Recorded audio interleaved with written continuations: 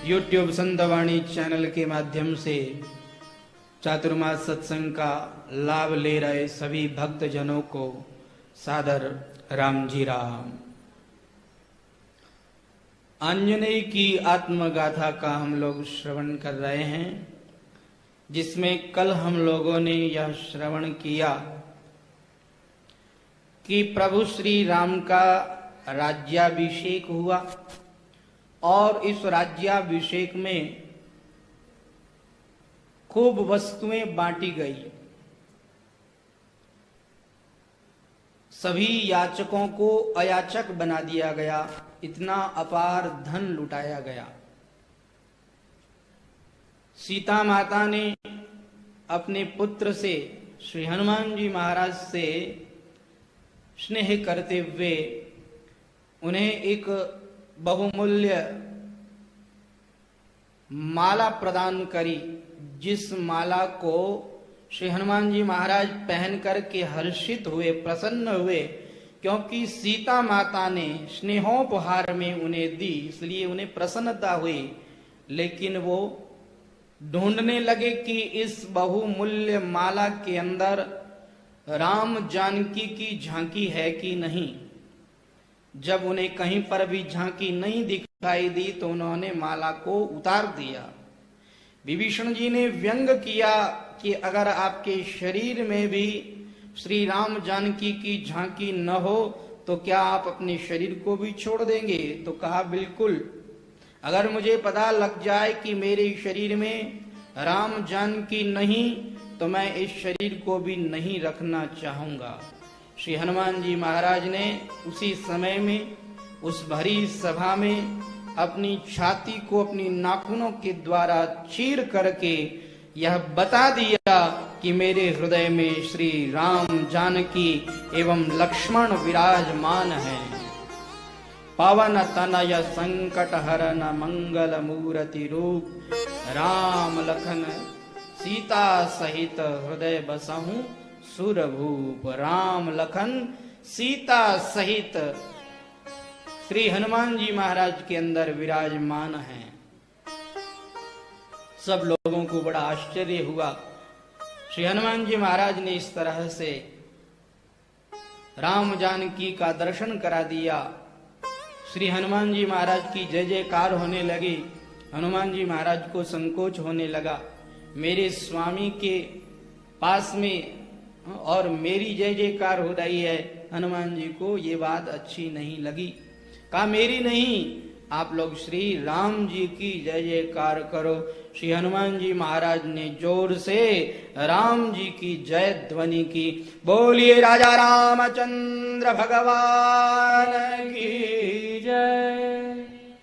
श्री हनुमान जी महाराज कहते हैं, जब से प्रभु श्री राम विराजमान हुए हैं, राजगद्दी पर अभिषेक हुआ है प्रभु श्री राम का, तब से अयोध्या के अंदर आनंद ही आनंद छाया हुआ है। रोज नए नए उत्सव मनाए जा रहे हैं, आनंद मनाए जा रहे हैं। अयोध्या के लोग परम उत्साहित है, परम आनंदित है। जिस समय में यह उत्सव मनाया जा रहा था तो ये उत्सव कितने दिनों तक मनाया गया ये किसी को भी पता नहीं लगा। उत्सव के अंदर ऐसे वो लोग आनंदित हो गए कि वो भूल ही गए कि रात है कि दिन है। उत्सव पर उत्सव, उत्सव पर उत्सव वो लोग मनाते ही गए। पवन कुमार श्री हनुमान जी महाराज वो श्री राम एवं जानकी जी के तो परम प्रिय थे ही, लेकिन केवल इन्हीं के प्रिय हो ऐसी बात नहीं है। पवन कुमार श्री हनुमान जी सबके प्रिय हैं और सब लोग हनुमान जी से प्रेम करते हैं, स्नेह करते हैं। जैसे श्री राम जी उनसे स्नेह करते हैं, ऐसे ही भरत जी, लक्ष्मण जी, शत्रुघ्न जी और प्रभु श्री राम की तीनों माताएं एवं अयोध्या के एक एक व्यक्ति, सब लोग श्री हनुमान जी महाराज से अत्यंत स्नेह करते हैं, प्रेम करते हैं। और वानर लोग तो स्नेह करते ही थे। जिस समय में सभी वानरों को वापस जाने की प्रभु राम ने आज्ञा कर दी। सुग्रीव आदि सभी लोग प्रभु श्री राम का दर्शन करके न चाहते हुए भी जाने को विवश थे, और श्री हनुमान जी महाराज कुछ दूर तक उन्हें छोड़ करके भी आए। तो जिस समय में सुग्रीव को छोड़ने के लिए, विदाई देने के लिए हनुमान जी महाराज जाते हैं और वापस आते हैं, तो उस समय में सुग्रीव श्री हनुमान जी महाराज से कहते हैं, पवन कुमार तुम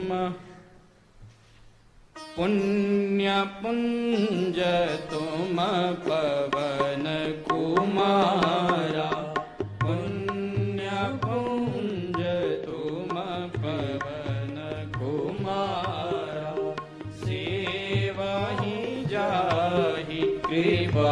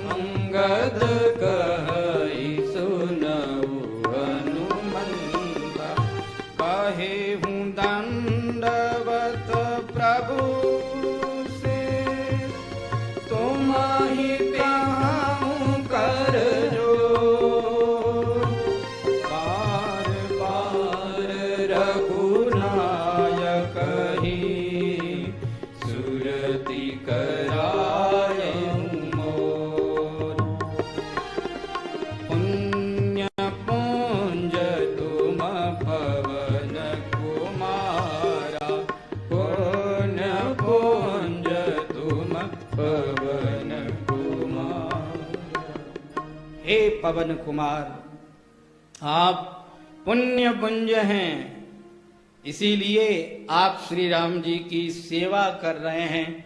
आपको श्री राम जी ने सेवा में रखा और हम सब लोगों को तो रवाना ही कर दिया। सब वानर श्री हनुमान जी महाराज को नमन करते हैं, प्रणाम करते हैं, और अंगद श्री हनुमान जी महाराज से कहते हैं कि हे हनुमान जी महाराज, इतने दिन तक तो हम दोनों भाग्यवान थे, हम दोनों बड़भागी थे, लेकिन अब केवल आप बड़भागी रह गए हैं। मुझे प्रभु के चरणों से दूर जाना पड़ रहा है, मैं अभागा हूँ, आप बड़भागी हैं। इसलिए हे हनुमान जी महाराज, एक कृपा मुझ पर सदा बनाए रखना। जब भी आप श्री राम प्रभु के श्री चरणों में बैठो तो उस समय में सामने की सीट आपको खाली दिखाई देगी, क्योंकि हम दोनों, एक तरफ आप बैठते थे, एक तरफ मैं बैठता था, और जब सामने वाली सीट खाली दिखाई दे, मेरी याद आपको आ जाए, तो आप श्री रघुनाथ जी के श्री चरणों में प्रणाम करके और फिर वापस प्रणाम करना।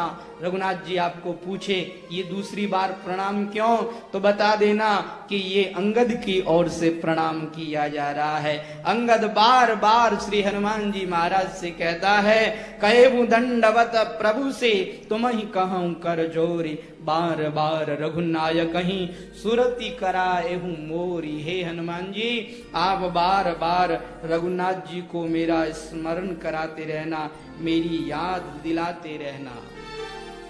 श्री हनुमान जी महाराज से सब लोग अत्यधिक स्नेह करते हैं। किसी भी व्यक्ति को आप देख लीजिए, श्री हनुमान जी महाराज से सब लोगों ने स्नेह किया है, सब लोगों ने हनुमान जी महाराज से प्रेम किया है। इतना ही नहीं, हनुमान जी महाराज प्रभु श्री राम से इतना प्रेम करते हैं कि भरत जी आदि को प्रभु श्री राम से कुछ पूछना हो तो उन्हें संकोच लगता है, तो वो हनुमान जी महाराज का सहारा लेते हैं।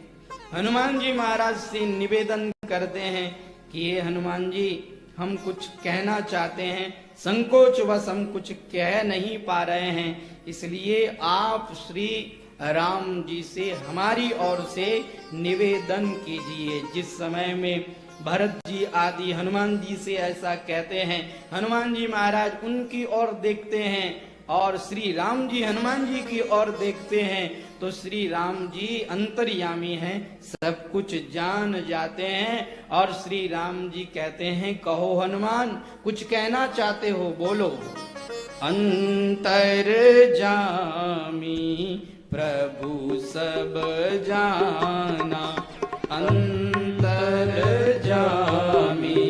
प्रभु सब जाना, बोझत कहूं हनुमाना, बोझत कहूं हनुमाना, नाथ भरत कछु पूछन जाहि, नाथ भरत कछु पूछन जाहि, प्रश्न करत मन सकुचत अहि, प्रश्न करत मन सकुचत अहि। अंतर्यामी प्रभु सब कुछ जान जाते हैं।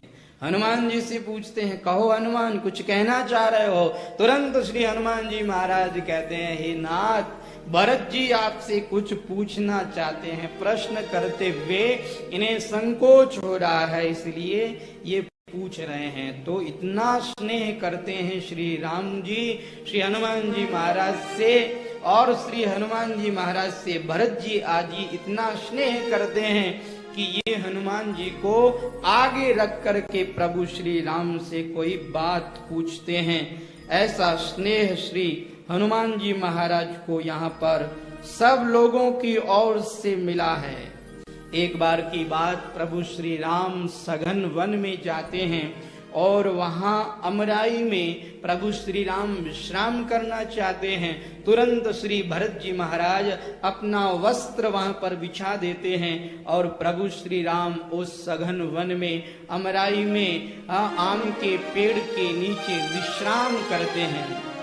भरत जी, लक्ष्मण जी, शत्रुघ्न जी प्रभु श्री राम की सेवा कर रहे हैं, तो श्री हनुमान जी महाराज भी प्रभु श्री राम को पंखा कर रहे हैं। जिस समय में हनुमान जी महाराज श्री राम जी को पंखा कर रहे हैं, उस समय में श्री राम जी की वह दिव्य छवि श्री हनुमान जी महाराज देखते हैं और श्री राम जी का दर्शन करके उनका सारा शरीर पुलकित हो जाता है, नेत्रों से अश्रुधारा बहने लग जाती है और वो प्रभु श्री राम का इस तरह प्रेमाश्रु पूर्वक दर्शन करते हैं। सच्चिदानंद घन प्रभु की इस झांकी को श्री हनुमान जी महाराज अपने हृदय के अंदर उतार लेते हैं और इस छवि को देखते हुए शंकर भगवान पार्वती मैया से कहते हैं कि हे पार्वती, देखो तो सही श्री हनुमान जी के भाग्य को देखो। श्री हनुमान जी किस तरह से प्रभु श्री राम की छवि का दर्शन कर रहे हैं, किस तरह प्रेम पूर्वक और भक्ति भावना के साथ प्रभु श्री राम का दर्शन कर रहा है। हे गिरिजे, इस संसार के अंदर हनुमान के समान कोई बड़भागी नहीं है। हनुमान सम नहीं बड़भागी, हनुमान सम नहीं बड़भागी, नहीं को राम चरण अनुरागी, नहीं को राम चरण अनुरागी। गिरिजा जा सुप्रीति सेवकाई, गिरिजा जा सुप्रीति सेवकाई, बार बार प्रभु निज मुख गाई, बार बार प्रभु निज मुख गाई। हनुमान जी महाराज के समान इस संसार में कोई बड़भागी नहीं है, और उनके समान श्री राम जी के श्री चरणों का अनुरागी भी नहीं है। हनुमत चरित्र चल रहा है, तो ये चौपाई आपको बार बार सुनने को मिलेगी, क्योंकि ये चौपाई विशेष है। अगर हनुमान जी महाराज से स्नेह करते हैं, प्रेम करते हैं, तो ये चौपाई आपको याद कर लेनी चाहिए। मैं बार बार नहीं कह रहा हूं, यहां लिखा है बार बार प्रभु निज मुख गाई। श्री शंकर भगवान ने बार बार इस चौपाई को गाया है, बार बार हनुमान जी की प्रशंसा करी है, तो हमें भी बार बार ये चौपाई गानी चाहिए। हनुमान सम नहीं बड़भागी, नहीं कौ राम चरण अनुरागी। हनुमान जी महाराज के समान इस संसार में कोई बड़भागी नहीं है, और हनुमान जी महाराज के समान इस संसार में कोई श्री राम जी के श्री चरणों का अनुरागी नहीं है। श्री हनुमान जी महाराज कहते हैं, इस तरह से अयोध्या के अंदर आनंद ही आनंद हो रहा था। मेरी माता ने मुझसे इतना स्नेह किया, मेरी माता के स्नेह के कारण मैं थोड़ा दृष्ट बन गया। जब चाहे माता से कुछ भी पूछ लेता, अटपटे प्रश्न भी कर लेता। एक बार सुबह सुबह प्रातः काल का समय हनुमान जी महाराज कहते हैं, मैं गया, माता के श्री चरणों में नमन किया, और माता के श्री चरणों में नमन करके मैंने उनसे कहा कि माता आप क्या कर रही हो? ये आपका वानर बालक क्षुधातुर है, इसे भूख लगी है, और आप तो ध्यान ही नहीं देती हो। सीता माता ने कहा, वत्स हनुमान थोड़ा सा रुक जाओ, मैं अभी स्नान करके आती हूँ, और फिर मैं तुम्हारे लिए भोजन बनाती हूँ या तुम्हें नाश्ता करा देती हूँ। तो श्री सीता माता स्नान करने के लिए गई, और स्नान करके वापस आने के बाद में जब माता सीता ने श्रृंगार किया, तो उस समय में माता सीता ने अपने भाल में वह सिंदूर लगाया। जैसे ही मांग भरी, उस समय में मैंने माता से एक अटपटा प्रश्न कर लिया। कहा, माता मेरे मन में बहुत दिनों से एक प्रश्न उठ रहा है, मैं ये जानना चाहता हूं कि माताएं ये मांग क्यों भरती है। मैंने देखा कि सब माताएं मांग भरती है, मेरी माँ भी मांग भरती थी, और हमारी जो दूसरी माताएं हैं वो सब भी मांग भरती है। आपकी अनुजाएं, आपकी जो छोटी बहनें हैं वो भी मांग भरती है, परंतु कौशल्या माता आदि मांग नहीं भरती है। माता मैं जानना चाहता हूं, मैं उत्सुक हूं कि ये मांग क्यों भरी जाती है। मेरी माता हंसने लग गई और हंसकर के कहने लग गई, हनुमान तुम बड़े भोले हो। अरे हनुमान तुम एकदम निराले बालक ही ठहरे, अभी तक तुम्हें ये भी पता नहीं है। कहा नहीं माता पता नहीं है, तभी तो पूछ रहा हूं। कहा देखो वत्स हनुमान, ये मांग इसलिए भरी जाती है कि मांग भरने से अपने स्वामी की आयु में वृद्धि होती है। कहा अच्छा माता ऐसा होता है? कहा हाँ बिल्कुल ऐसा ही होता है। माता सीता ने तुरंत मोदक ला करके हनुमान जी महाराज को दिए। अब मोदक खाते खाते ही हनुमान जी महाराज के मन में तो वही बात चल रही है कि सिंदूर लगाने से स्वामी की आयु की वृद्धि होती है। जल्दी जल्दी उन्होंने मोदक खाए। मोदक खाने के बाद में अब जल्दी से जल्दी हनुमान जी महाराज गए और बढ़िया सा तेल उन्होंने पूरे शरीर के अंदर लगाया, इत्र फुलेल आदि लगा करके अब श्री हनुमान जी महाराज ने पूरे शरीर के अंदर सिंदूर ही सिंदूर पोत लिया। पूरे लाल हो गए श्री हनुमान जी महाराज और सीधे राजसभा में पहुंच गए। जैसे ही राजसभा में पहुंचे, राजसभा के जितने लोग थे हनुमान जी महाराज के इस रूप को देख करके ठहाका मार करके हंसने लगे।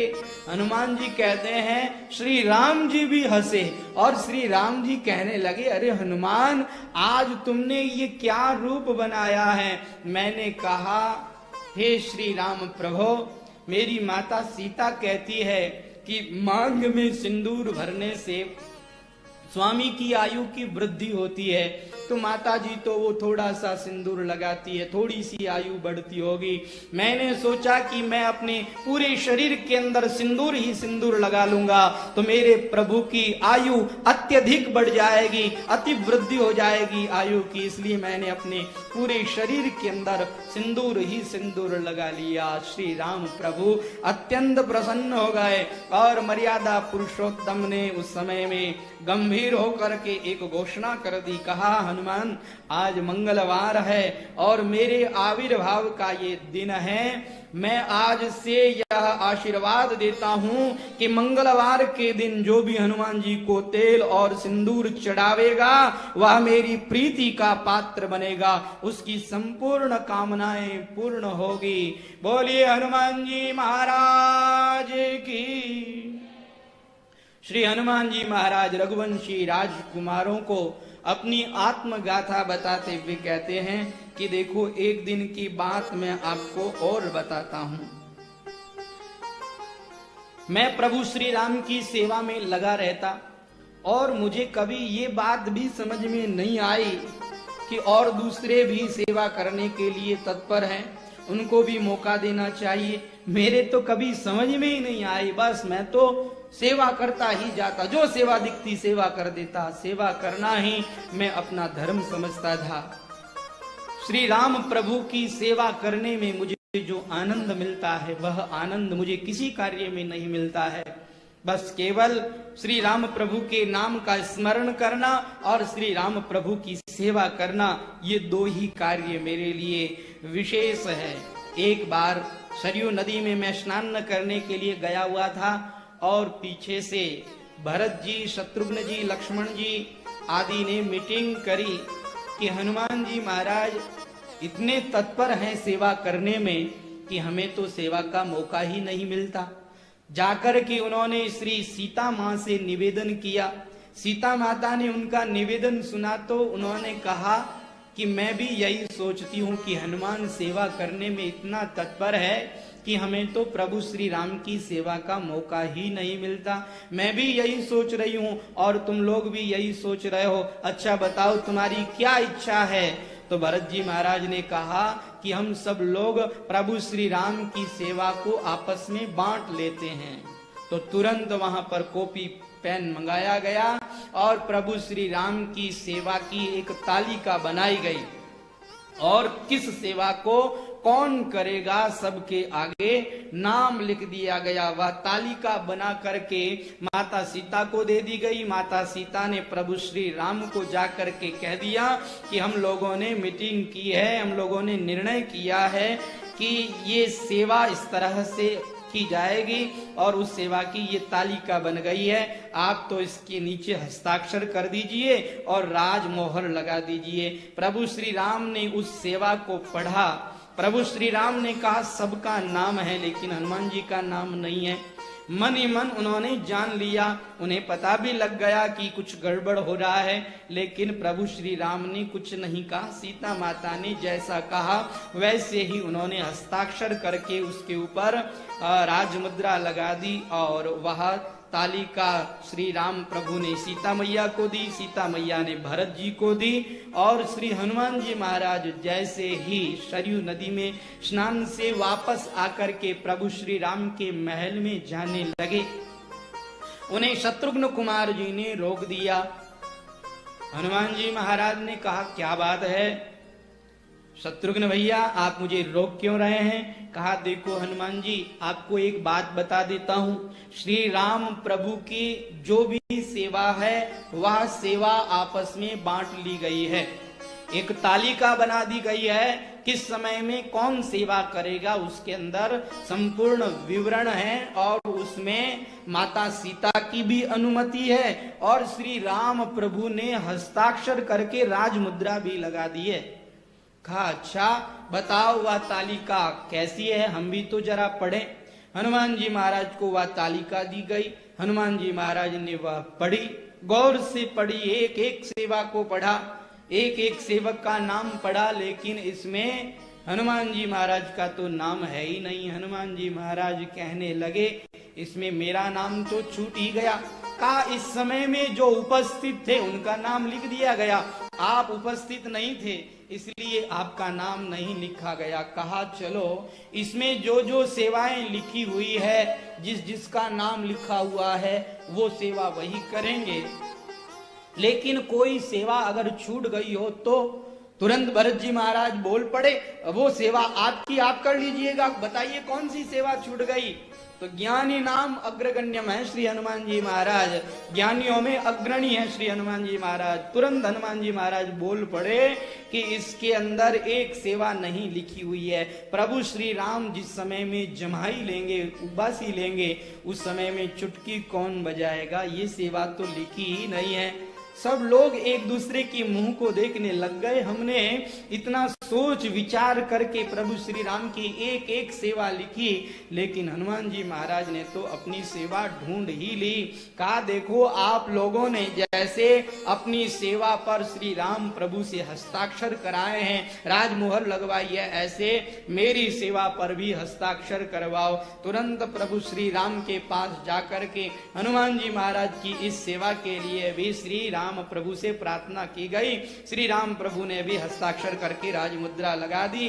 अब तो श्री हनुमान जी महाराज श्री राम प्रभु के सामने वीरासन में बैठ गए और प्रभु श्री राम के मुख की ओर ही निहार रहे हैं। और हनुमान जी महाराज अपनी चुटकी को तैयार किए हुए हैं, कब श्री राम जी को उबासी आ जाए और कब मैं अपनी ये चुटकी बजाऊं। हनुमान जी कहते हैं मुझे तो और ज्यादा आनंद आने लगा, क्योंकि अब मेरी नजर केवल और केवल प्रभु श्री राम के श्री मुख पर है, इसलिए मुझे तो और ज्यादा आनंद आने लगा। अन्य दिनों में तो भोजन करने के लिए मुझे जाना पड़ता था, लेकिन आज तो मैंने माता सीता को कह दिया कि मेरी सेवा ही ऐसी है कि मैं प्रभु राम को छोड़ करके जा नहीं सकता। मैं अगर भोजन करने के लिए जाऊं, पीछे से राम प्रभु को उबासी आ जाए तो फिर मेरी सेवा में त्रुटि हो जाएगी, इसलिए मैं कहीं नहीं जाने वाला। तो माता सीता ने वहीं भोजन कराया, वहीं पानी पिलाया। अब तो बस मैं प्रभु श्री राम के मुख की ओर ही देखने लगा। दिन भर इस तरह से मैं श्री राम प्रभु के पास ही बैठा रहता। श्री राम प्रभु उठते तो मैं भी उठता, पीछे पीछे जाता। श्री राम प्रभु बैठते तो मैं भी बैठ जाता, और बस यही नजर रखता कि कब श्री राम प्रभु को उबासी आए और कब मैं चुटकी बजाऊं। ऐसे करते करते सायंकाल हो गया, रात्रि का प्रथम प्रहर बीत गया, द्वितीय प्रहर शुरू हुआ। तो वहां की सेविकाओं ने मुझसे कहा कि हनुमान जी अब केवल प्रभु श्री राम के पास सीता मैया ही रह सकती है, प्रभु श्री राम शयनागार में जाएंगे, वहां आपको जाने की अनुमति नहीं है। श्री हनुमान जी महाराज कहने लगे कि मेरी सेवा का क्या होगा।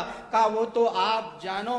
तो श्री हनुमान जी महाराज उस समय में वहां से निकल करके आ गए और प्रभु श्री राम का जो शयनागार था, जो शयन कक्ष था, उसके ऊपर चढ़ करके उसके छज्जे पर जा करके बैठ गए। और श्री हनुमान जी महाराज ने सोचा कि अब मैं यहाँ बाहर हूँ, प्रभु श्री राम मुझे दिख नहीं रहे हैं, कब उबासी आ जाएगी और मैं चुटकी नहीं बजा पाऊंगा तो त्रुटि हो जाएगी सेवा में, क्या करूं।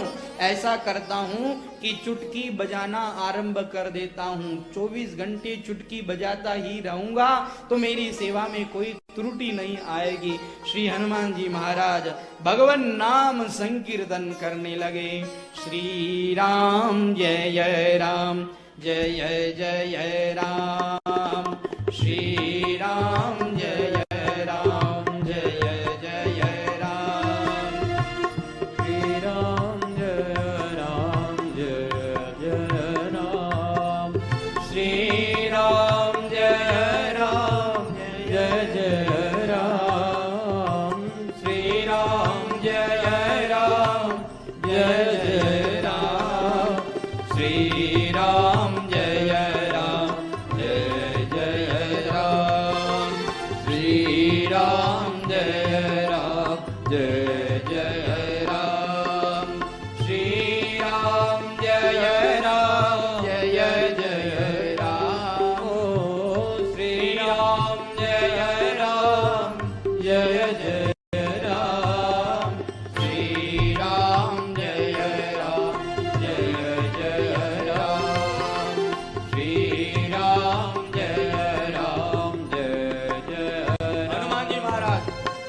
कीर्तन करते हुए चुटकी बजाते जा रहे हैं। श्री हनुमान जी महाराज चुटकी बजा रहे हैं।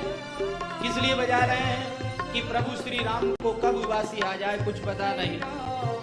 प्रभु श्री राम की प्रतिज्ञा है, भक्त अगर मेरा भजन करता है तो मैं भक्त का भजन करता हूँ।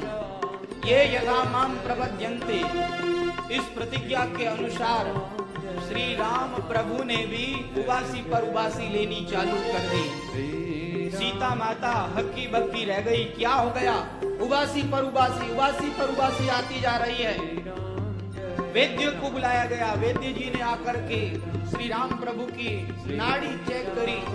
श्री राम प्रभु के लिए तरह तरह की औषधियां बांट बांट करके पिलाई गई, लेकिन श्री राम प्रभु को उबासी पर उबासी आती जा रही है, आती जा रही है। तीनों माताएं आ गई। माताएं प्रभु श्री राम की ये दशा देख करके रोने लग गई। क्या हो रहा है ये? क्या हो गया मेरे लाला को? इतने में श्री वशिष्ठ जी महाराज को बुलाया गया। श्री वशिष्ठ जी महाराज ने आकर के जब यह स्थिति देखी, चारों तरफ नजर घुमाई, सब लोग हैं लेकिन हनुमान नहीं है। कहाँ है हनुमान? बुलाओ। शत्रुघ्न कुमार जी आए, हनुमान जी महाराज को ढूंढा। क्या देखते हैं? हनुमान जी महाराज छज्जे पर विराजमान होकर के श्री राम जय राम का कीर्तन कर रहे हैं।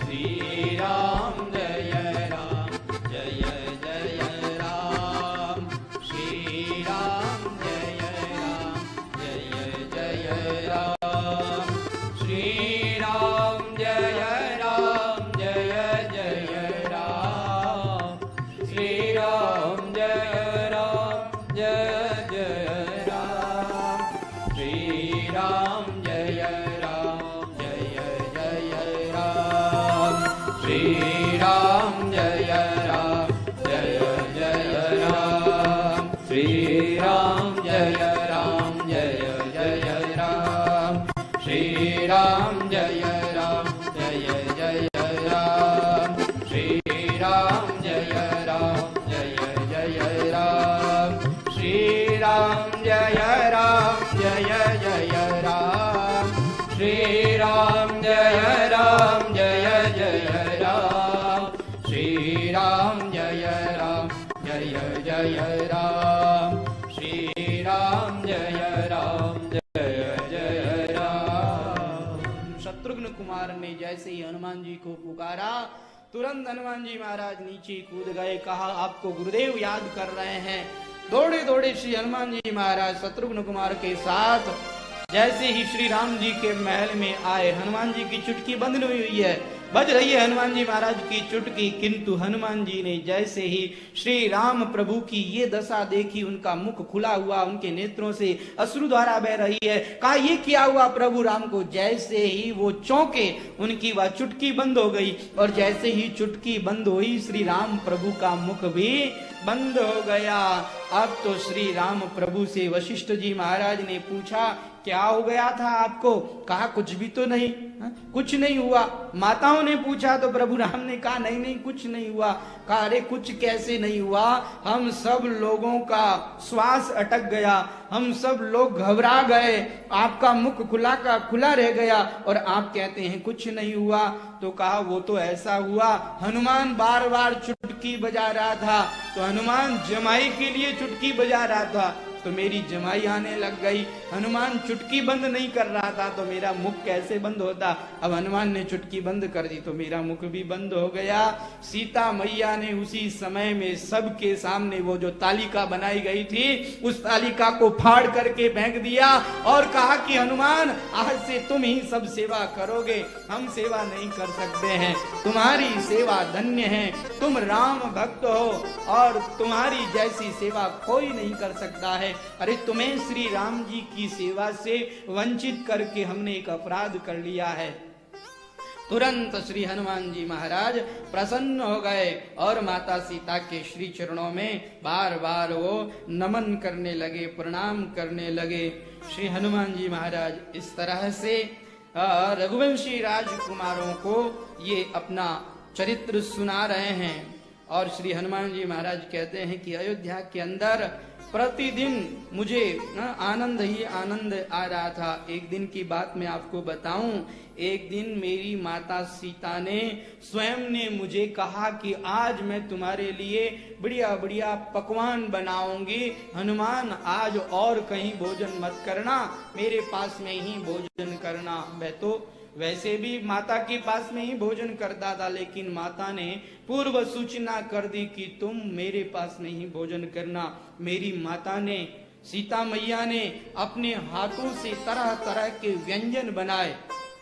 सुबह से बिल्कुल दोपहर मध्याह्न हो गई है, तब तक माता पकवान पर पकवान बनाए जा रहे थे। फिर मुझे बुलाया और आसन लगा करके मुझे बिठाया। माता ने मेरे तिलक किया और फिर मुझे ला करके थाल पुरुषा। जैसे ही मैंने उस थाल को देखा, उसके अंदर तरह तरह के नए नए मिष्ठान्न पुरुषे हुए हैं। आहा, मेरी माता ने प्रेम से ये सब बनाए हैं। मैं तो इतना प्रसन्न हुआ कि सीधे थाल को ही उठा करके गटक गया। मेरी माता बार बार ला रही है, पुरुष रही है, मैं खाता ही जा रहा हूँ, खाता ही जा रहा हूँ।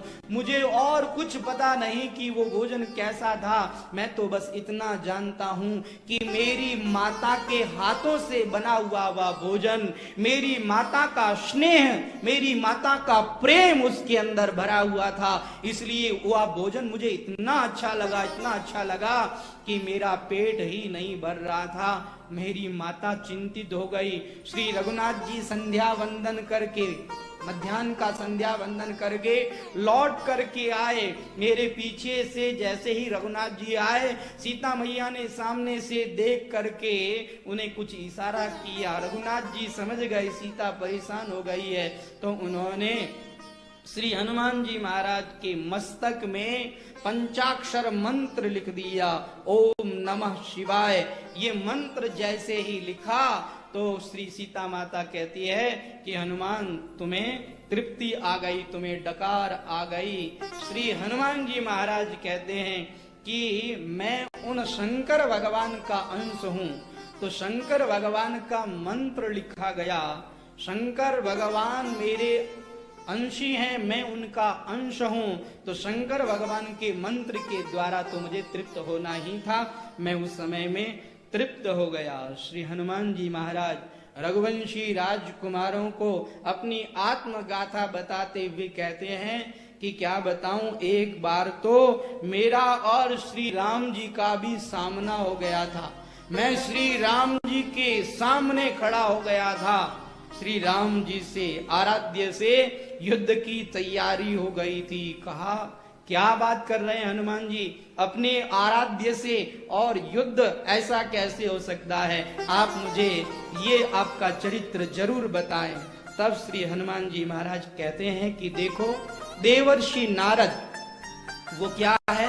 वो भगवान के मन हैं। जब भी भगवान को कोई कार्य करना होता है तो देवर्षि नारद को वो निमित्त बनाते हैं। कई लोग देवर्षि नारद को गलत दृष्टि से देखते हैं और कोई इधर उधर की करने वाला होता है तो उसको नारद की उपमा दे देते हैं। ये हम लोग गलत करते हैं।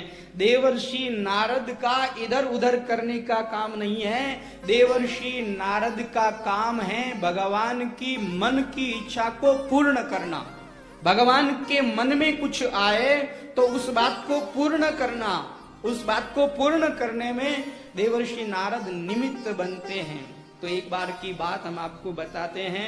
श्री राम जी चक्रवर्ती सम्राट बन गए तो जितने भी राजा लोग थे वो सभी राजा लोग सुबह सुबह श्री राम जी को वंदन करने के लिए आते थे। सामंत गण और मंडलाधिप राजा सब लोग श्री राम जी को नमन करने के लिए, उन्हें पुष्प अर्पित करने के लिए, उनकी पाद की वंदना करने के लिए, चरणों की वंदना करने के लिए वो लोग आते थे। तो जिस समय में काशी नरेश आ रहे थे, बीच में उन्हें श्री नारद जी महाराज मिल गए और नारद जी महाराज को देख करके काशी नरेश ने प्रणाम किया। नारद जी ने उन्हें आशीर्वाद दिया। पूछा कहाँ जा रहे हो? कहा हम तो अयोध्या जा रहे हैं। अच्छा, अयोध्या जा रहे हैं श्री राम प्रभु का दर्शन करने? अच्छा, बहुत अच्छा, आप श्री राम प्रभु का दर्शन करने जा रहे हैं, मेरी एक बात मानेंगे? कहा क्यों नहीं, आपकी बात मानना तो ये मेरे लिए सौभाग्य की बात होगी।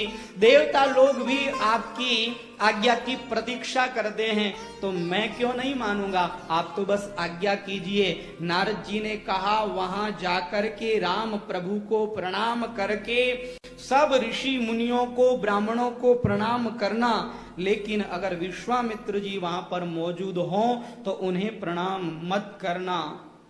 वो पूछने लगे कि क्यों नहीं करना, इतने में तो नारद जी आगे निकल गए। वो इतना ज्यादा कहां ठहरने वाले, आगे निकलते हुए उन्होंने पीछे से कह दिया कि देखो, अगर तुम ऐसा करोगे तो इसमें तुम्हारा मंगल ही होगा, कुछ अनर्थ नहीं होने वाला है, इसमें मंगल ही होने वाला है। ऐसा कह करके श्री नारद जी महाराज निकल पड़े। काशी नरेश आए, श्री रघुनाथ जी के श्री चरणों में प्रणाम किया, वशिष्ठ जी महाराज को प्रणाम किया, वहां पर विराजमान ऋषि मुनि महात्माओं को प्रणाम किया, सबको प्रणाम किया, लेकिन उन्होंने विश्वामित्र जी को प्रणाम नहीं किया। विश्वामित्र जी ने ये देख लिया, विश्वामित्र जी उसी समय में क्रुद्ध हो गए और क्रुद्ध होकर के श्री राम प्रभु से कहने लगे, हे मर्यादा पुरुषोत्तम, तुम्हारी इस सभा के अंदर मेरा अपमान हुआ है। श्री राम प्रभु ने कहा, कौन है वो दृष्ट बुद्धि जिसने आपका अपमान किया है? आप मेरे गुरुदेव हैं, शिष्य का यह कर्तव्य बनता है कि उसके गुरु का कोई अपमान न करे। अरे शिष्य के रहते हुए अगर गुरु का अपमान हो जाए, ऐसे शिष्य को धिक्कार है। बताइए किसने अपमान किया है? कहा, अभी अभी ये आपका सामंत, आपका मंडलाधीप काशी नरेश आया था, सबको प्रणाम किया, मुझे प्रणाम नहीं किया।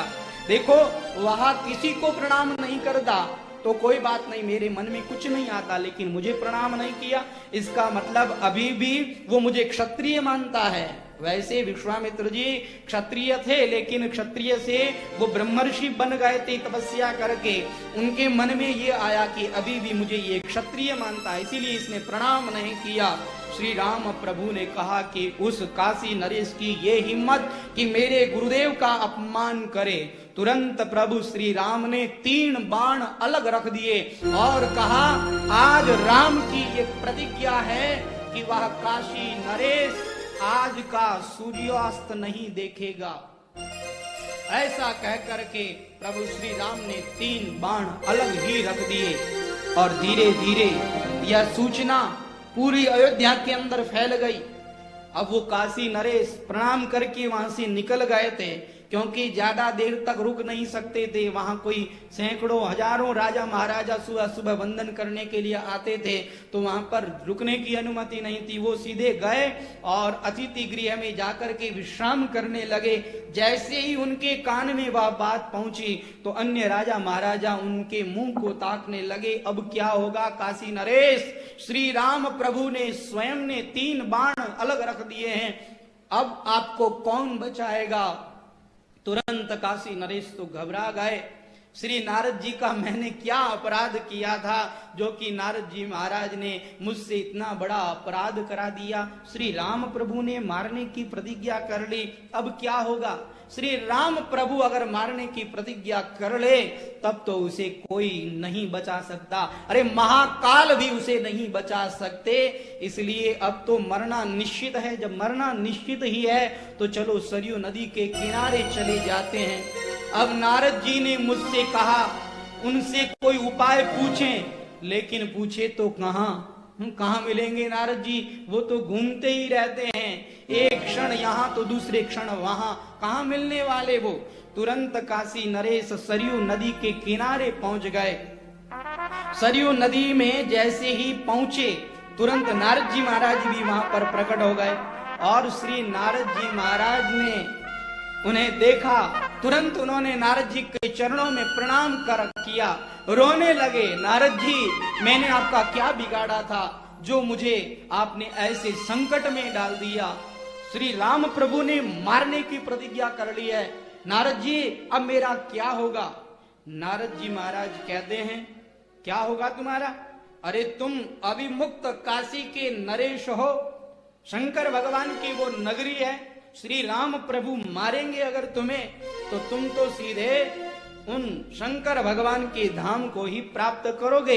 यहां रहकर के करोगे भी क्या, जी कर के करोगे भी क्या। नारद जी के ऐसे निष्ठुर वचन सुन करके वो कहता है, नहीं नारद जी, मुझे मरना नहीं है, मुझे थोड़ा और जीना है। आप तो बस मेरे जीने का कोई उपाय कर दीजिए, श्री राम जी के बाणों से मुझे बचा लीजिए। नारद जी ने कहा तो चलो आओ, बैठो वीणा पर।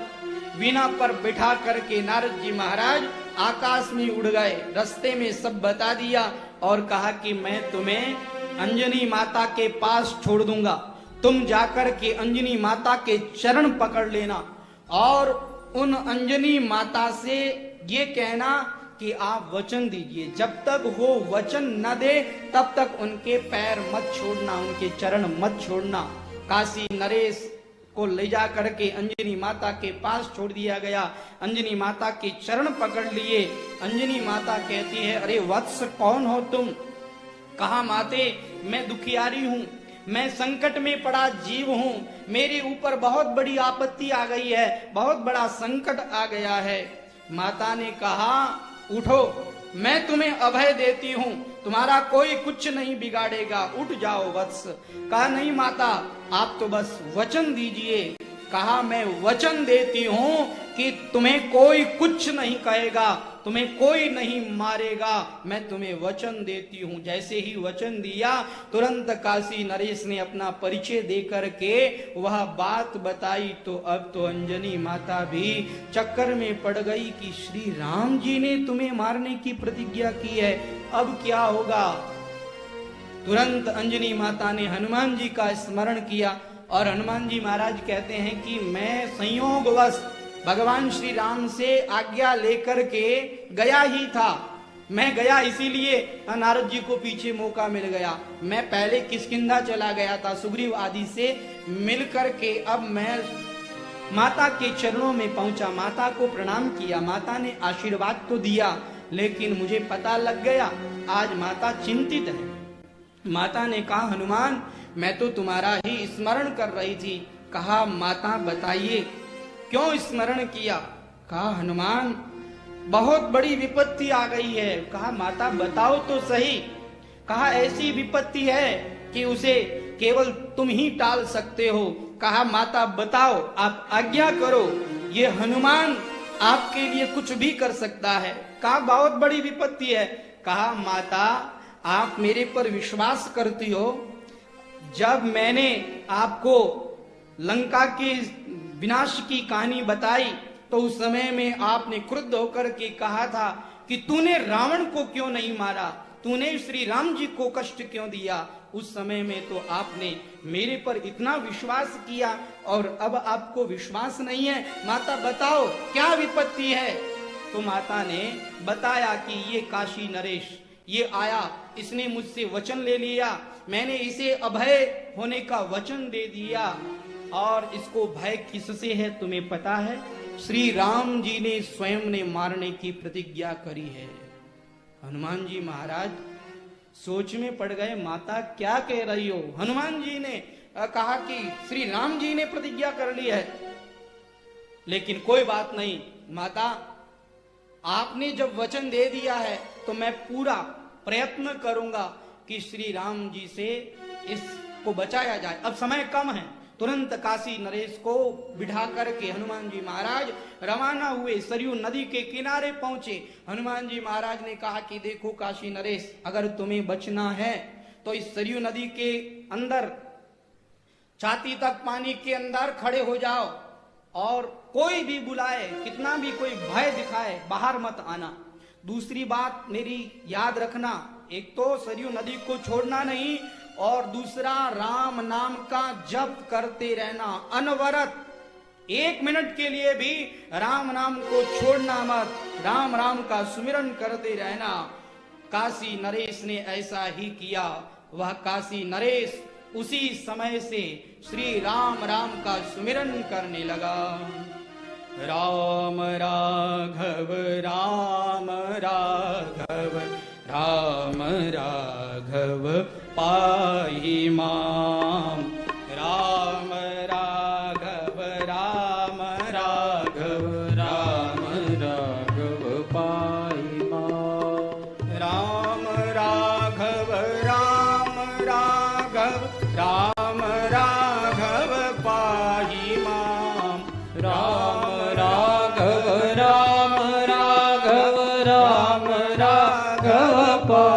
पाहि मां। राम राघव राम राघव राम राघव रक्ष मां। राम राघव राम राघव राम राघव रक्ष मां। राम राघव राम राघव राम राघव रक्ष मां। राम राघव राम राघव राम राघव रक्ष मां। राम राघव राम राघव राम राघव पाहि मां। राम राघव राम राघव राम राघव पाहि मां। नारद जी महाराज का वह भक्त काशी नरेश हनुमान जी महाराज के कहने पर श्री राम जी का स्मरण करने लग गया और श्री राम जी उसी समय श्री राम जी के पास में हनुमान जी महाराज उसी समय में पहुंच गए। हनुमान जी महाराज ने श्री राम जी की श्री चरणों में प्रणाम किया और प्रणाम करके कहा कि हे प्रभु, आज मैं आपसे कुछ वचन लेना चाहता हूँ। श्री राम जी कहते हैं, हनुमान मांग लो, तुम्हें क्या वचन चाहिए, जो मांगो वही तुम्हें मिलेगा, क्योंकि हनुमान तुम्हारे हमारे ऊपर बहुत उपकार हैं, हम तुम्हारे ऋणी हैं, मांगो तुम्हें क्या चाहिए। हनुमान जी महाराज ने कहा, एक बार तो मेरे मन में आया कि काशी नरेश को अभय दान दे दें, ये वरदान मांग लूं, लेकिन फिर मन में आया कि नहीं नहीं, ऐसा करना मेरे सेवक धर्म के विरुद्ध होगा, क्योंकि श्री राम प्रभु ने जिसे मारने की प्रतिज्ञा कर ली, फिर मैं श्री राम प्रभु से उसे अभय दान देने के लिए प्रार्थना करूं, वचन मांगूं, ये मेरे लिए अनुचित होगा। इसलिए मैंने तीसरा रास्ता ही निकाला। मैंने श्री राम प्रभु से कहा कि हे श्री राम प्रभु, आज से मुझे ये वचन दीजिए कि जो आपका नाम सुमिरन करने वाले हैं, जो राम नाम के जापक हैं, मैं सदा उनकी रक्षा में नियुक्त रहूं, मैं उनकी रक्षा करता रहूं, ऐसा मुझे आप वरदान दे दीजिए। भगवान ने तुरंत तथास्तु कह दिया। तुरंत हनुमान जी महाराज सरयू नदी के किनारे आ गए और उससे कहने लगे कि देखो काशी नरेश, जीना है तो राम नाम को मत छोड़ना, जपते रहना, राम नाम का सुमिरन करते रहना। अब काशी नरेश के पास में हनुमान जी खड़े हैं, वो काशी नरेश श्री राम जय जय राम का स्मरण कर रहे हैं। श्री राम प्रभु ने अब वहां खड़े होकर के अपना एक बाण चलाया काशी नरेश को मारने के लिए। जैसे ही बाण आया, काशी नरेश कांप तो रहा था, लेकिन हनुमान जी महाराज का वह चेला बन गया था। राम नाम का सुमिरन करना उसने नहीं छोड़ा और राम राम का वह सुमिरन करता रहा। वह बाण आया, थोड़ी देर के लिए आकाश में रुका और फिर हनुमान जी की और उस काशी नरेश की परिक्रमा करके वापस प्रभु श्री राम के त्रोण में चला गया। जैसे ही वापस प्रभु श्री राम के त्रोण में वह वापस बाण चला गया, श्री राम प्रभु ने दूसरा बाण चलाया, दूसरे बाण ने भी ऐसा ही किया, परिक्रमा करके वापस चला गया और भीतर बाण से आवाज आई। श्री राम प्रभु से बाण कहता है, हे श्री राम जी, आपने हनुमान जी को तो वचन दे दिया कि नाम जापक की रक्षा करेंगे, वहां पवन पुत्र स्वयं खड़े हैं, अब मेरी अमोघता आप क्यों नष्ट कर रहे हैं। प्रभु श्री राम स्वयं रथ पर आरूढ़ होकर के सरयू नदी के किनारे आए, चारों भाई आए और वहां गुरुदेव वशिष्ठ जी, विश्वामित्र जी सब लोग आए। अयोध्या के लोगों की भीड़ लग गई।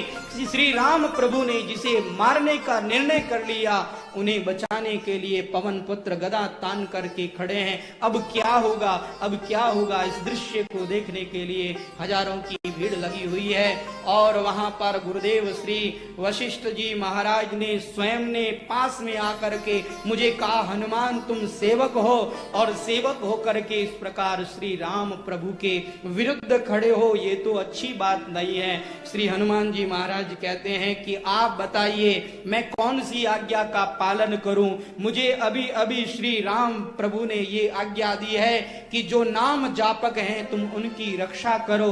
अब आप बताओ कि मैं श्री राम जी की इस आज्ञा को छोड़ दूं? आप कहें तो मैं अभी छोड़ देता हूं। श्री राम प्रभु अगर मुझे कह दें अभी छोड़ दूंगा मैं, लेकिन देखो श्री राम नाम के जापक की अगर रक्षा नहीं की गई तो श्री राम जी की आज्ञा का ही उल्लंघन हो जाएगा। श्री राम जी ने मुझे वचन दिया है, इस वचन का क्या होगा? जब इस तरह से धर्म संकट में पड़ा हुआ देखा, तब श्री विश्वामित्र जी ने वहां पर निर्णय किया। श्री हनुमान जी महाराज ने थोड़ा सा इशारा कर दिया काशी नरेश को कि तुम अब थोड़ा सा नीचे गिर जाओ, विश्वामित्र जी को प्रणाम करो, लेकिन सरयू नदी को मत छोड़ना। सरयू नदी के अंदर से ही वो सीधे गिरे विश्वामित्र जी के श्री चरणों में। माफ कीजिए मुझे, त्राई माम कहा। विश्वामित्र जी ने श्री राम प्रभु से कहा कि हे राम प्रभु, अब आप अपना ये तीसरा बाण अपने पास में रखिए, मैंने इसे माफ कर दिया। जैसे ही माफ कर दिया गया, सब लोगों ने जय जयकार करी। बोलिए राजा रामचंद्र भगवान की जय। तो देवर्षि नारद कुछ न कुछ ऐसा कार्य करते रहते हैं जिससे कि श्री राम नाम की महिमा प्रकट हो। अगर देवर्षि नारद ऐसा नहीं करते, उन्हें ऐसा नहीं कहते कि आप विश्वामित्र जी को प्रणाम न करना, तो श्री राम नाम की क्या महिमा है, ये कैसे प्रकट होती? तो देवर्षि नारद कभी भी कोई गलत कदम नहीं उठाते हैं। देवर्षि नारद कभी भी कोई अन्यथा काम नहीं करते हैं, हमेशा वो सार्थक काम ही करते हैं। हमें ऐसा लगता होगा कि देवर्षि नारद इधर की उधर करते हैं, नहीं, देवर्षि नारद भगवान राम के मन है, उनके मन में जो आता है उसे साकार रूप देते हैं श्री नारद जी महाराज। तो श्री राम नाम की यहाँ महिमा प्रकट हुई है। राम नाम की महिमा को आप देखिए, राम नाम जपने वाले को श्री राम जी का बाण भी नहीं मार पाया। अगर हम राम नाम का सहारा ले लें तो हम भी अमर हो जाएंगे, हम भी श्री राम प्रभु के चरणों में स्थान पा लेंगे। बोलिए आनंद कंद भगवान की। हमारे बीच में परम पूज्य श्री राम प्रसाद जी महाराज पधार चुके हैं। तो आइए अब हम सब लोग आप श्री के श्री मुख से शिव महापुराण की कथा का श्रवण करेंगे। बोलिए शंकर भगवान की। नमः शिवाय। शिव नाम